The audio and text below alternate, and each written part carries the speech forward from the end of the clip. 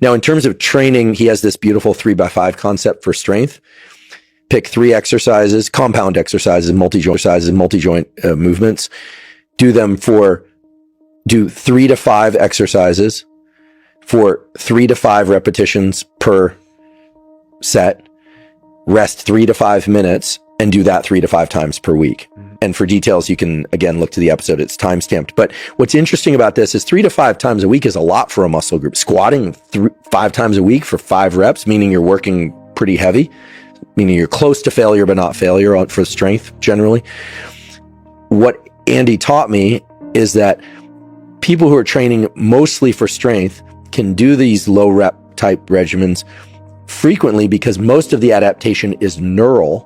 And because you're not pushing to failure in most cases, you don't get that sore. And so it's the motor neurons getting the muscle fibers to contract more intensely or with more efficiency in other ways that's leading to these strength gains. And this is why powerlifters can train every day or 5 days a week or 4 days a week. For hypertrophy, I learned from Andy that the repetition range can be pretty broad. You think anywhere from 6 to 30 repetitions. You should do 10 sets per muscle group per week, maybe even a bit more. So high volume. High volume, but you have to go to failure or beyond in order to stimulate growth.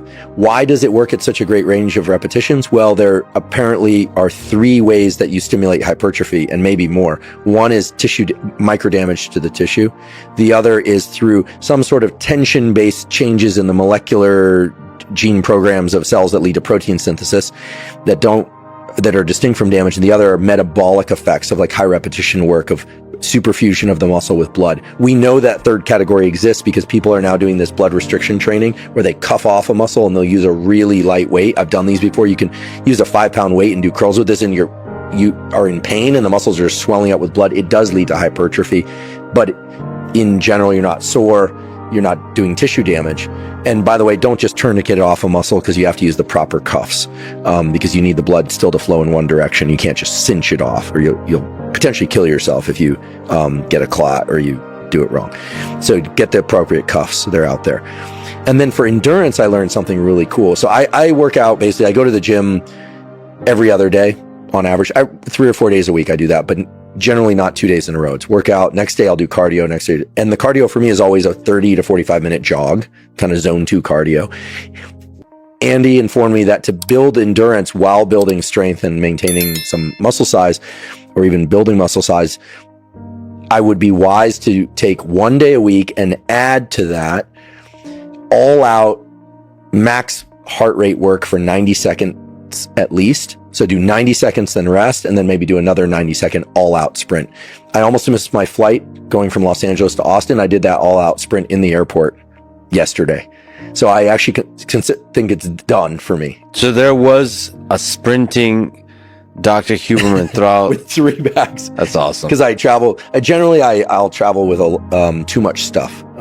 I love how you were probably running late for a flight and used that as an opportunity to explore. Well, as I was doing it, I was thinking to myself, okay, Andy, that's a 90-second sprint because I got to the security line. I finally got TSC. But that's for extending endurance? That's for, yeah, it actually has some carryover effects on endurance if you're doing the other stuff. And then he also said 1 day a week to do this workout, and I haven't done it yet. Maybe we do it tomorrow. It'd be fun, which is you run a mile, you ask yourself, how long did that take? Let's say it took 8 minutes. Then you walk or rest for 8 minutes. Then you run another mile as fast as you can. And then you rest for the equivalent period. And you do that 1 to 3 times once per week. So as an all-around fitness program, you could collapse this into something where you say, okay, you're going to work out with the weights for about an hour every other day. Maybe take 2 days off every once in a while, maybe not. You're going to do 6 to 15 repetitions. You're going to push to failure on some of those, not all, because some of those are designed to build more strength. You're not going to failure and heavier. Some are designed for hypertrophy, higher rep, and going to failure. And then on off days, you're going to jog for 30 to 45 minutes. But for 2 days a week, you're either at the end of your jog or whatever, you're going to do some all-out sprints for 90 seconds and then rest and repeat. And for another day, you're going to do these mile repeats. That's a pretty that's a pretty large chunk of exercise movement. But if you kind of thread through the middle of all that, what you end up with is some decent strength building protocols, some decent hypertrophy, some cardiovascular training that establishes the so-called A base or a so-called base.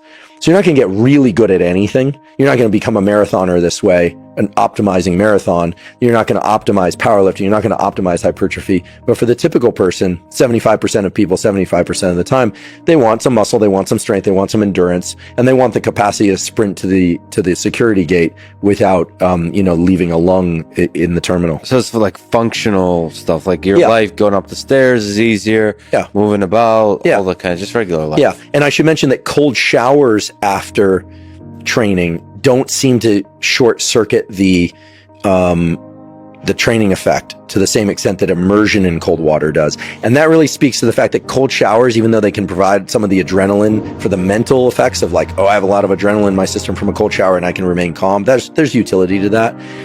It's not going to have the same metabolic effects or other positive effects that cold water exposure has been shown to have.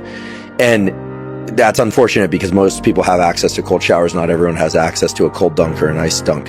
But here in Austin, you have this place, and no, they don't pay me to say this, but I always like going to this place whenever I'm in town, this place, Kuya, and they've got a sauna and a couple ice baths, and they even have those salt tanks that you can float on the surface. They have ice baths there? They have cold water immersion. It's pretty cold.